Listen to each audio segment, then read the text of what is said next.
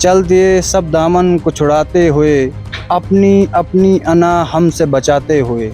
रह गई फिर कहानी अधूरी मेरी, मर गए रोल सभी निभाते हुए। आज की मुलाकात हम आपको 20 साल नौजवान से कराने जा रहे हैं जिनका ताल्लुक जो है बग्गा से है और जो पेशे से जो तालिब इल्म है और पसंद जो है वो शायरी को करते हैं। नहीं है क्योंकि हमारे यहाँ जम्मू कश्मीर में शायरों की इज्जत नहीं है। बिस्मिल्लाहिर्रहमानिर्रहीम, अस्सलाम वालेकुम। आप देख रहे हैं द लाइफ ऑफ ज़रूर। मैं शेख साबिर, मेरे साथ जो है आज मौजूद है नवाज मलिक, इनका नाम है। आपको मैं बताते चलूँ इनका शौक जो है, अगर मैं बात करूँ खास करके शायरी में, पहले बता दीजिए कि अगर मैं बात करूँ खास करके आपकी इस पोइट्री में, आपको किस तरह आप इस फील्ड में जो आए हैं पोइट्री में? देखिए पोएट्री की बात अगर कहीं शुरू कैसे हुई तो बहुत लंबी कहानी है, लेकिन शायद 9th क्लास में था मैं। हमारे एक सर थे मुश्ताक मलिक ललाना के, तो उनकी वजह से शुरू हुई क्योंकि उनका जो शौक था वो हमेशा शायरी में बात करते थे, तो वहां से शौक पड़ा। मैं तो मेरा जो पहला उनने जो पहला शेर दिया था, एक अशार था कि वो नहीं है जो थे तेरे शहर के लोग। तो उसमें उन्होंने कहा कि दूसरे दिन की इसको पूरा करके ना इसके इर्द गिर्द इसका जो दूसरा मिसरा होना चाहिए ऐसा होना चाहिए। तो वहां से फिर जो ऐसे मुश्किल या मुश्किल लफ्ज थे हमारे, जिन जिन में मतलब उतनी हमारे पास लफ्जों का जखीरा नहीं था, तो उसके बाद 4-5 दिन हमने मेहनत की उस चीज पे कि इसके साथ साथ जो शेर इसका दूसरा मिसरा उसके इर्द गिर्द घूमे, तो वो मिसरा ढूंढे। 4-5 दिन लगे उस मिसरे को ढूंढने में। तो उसके बाद हमने दूसरे जो कॉलेज स्कूल आए तो मुश्ताक सर को हमने वो दिखाया, तो बड़ी तारीफ की उनने। तो उसके बाद थोड़ा शौक बढ़ गया कि इंसान को जो मोटिवेशन होता था बढ़ जाता है, तो उससे वहां से इसकी हिस्ट्री शुरू हुई। ये आप मुझे बता दीजिए कि फिलहाल जो अपनी ज़िंदगी में आगे क्या करना चाहते हैं? फिलहाल तो अभी आप शायरी भी कर रहे हैं, इसके साथ-साथ में आगे आप क्या करना चाहते हैं? आपका मकसद क्या है आगे?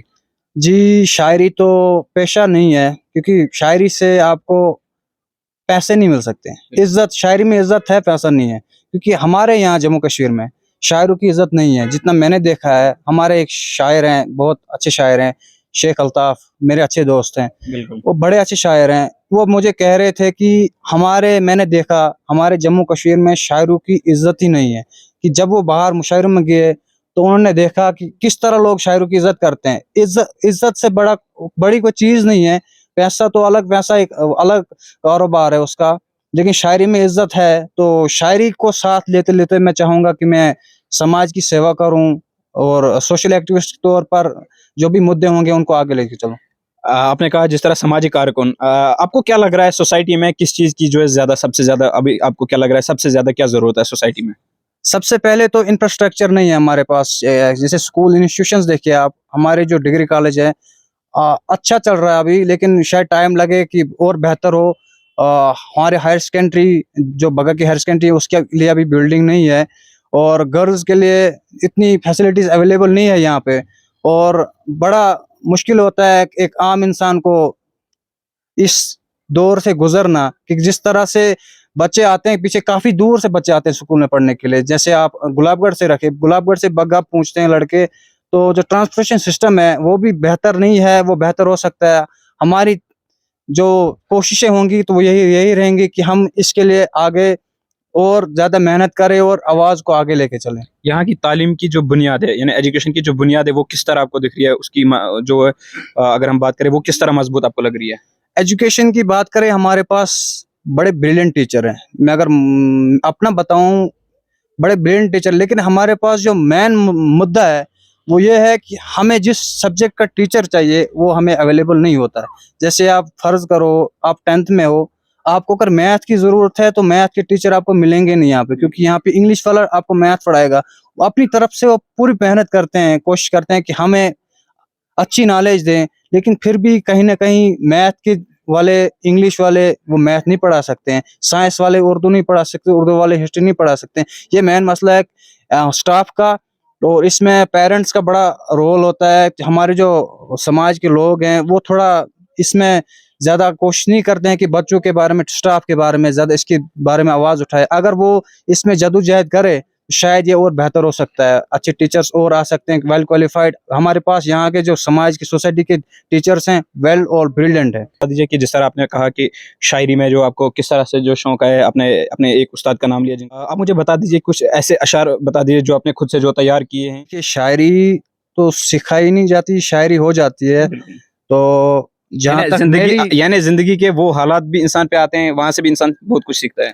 जब आप आम जबान में किसी को कोई बात बोलते हैं तो कभी ना कभी वो आपको नजरअंदाज कर देता है, हो सकता है। और यहाँ ऐसा भी होता है कि वो उन पे ज्यादा ध्यान नहीं देता है।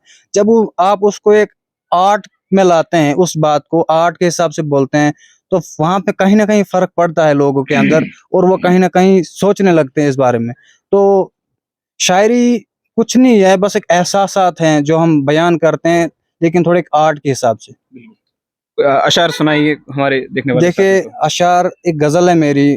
गजल का मतलब है, चल दिए सब दामन को छुड़ाते हुए, चल दिए सब दामन को छुड़ाते हुए, अपनी अपनी अना हमसे बचाते हुए, रह गई फिर कहानी अधूरी मेरी, मर गए रोल सभी निभाते हुए।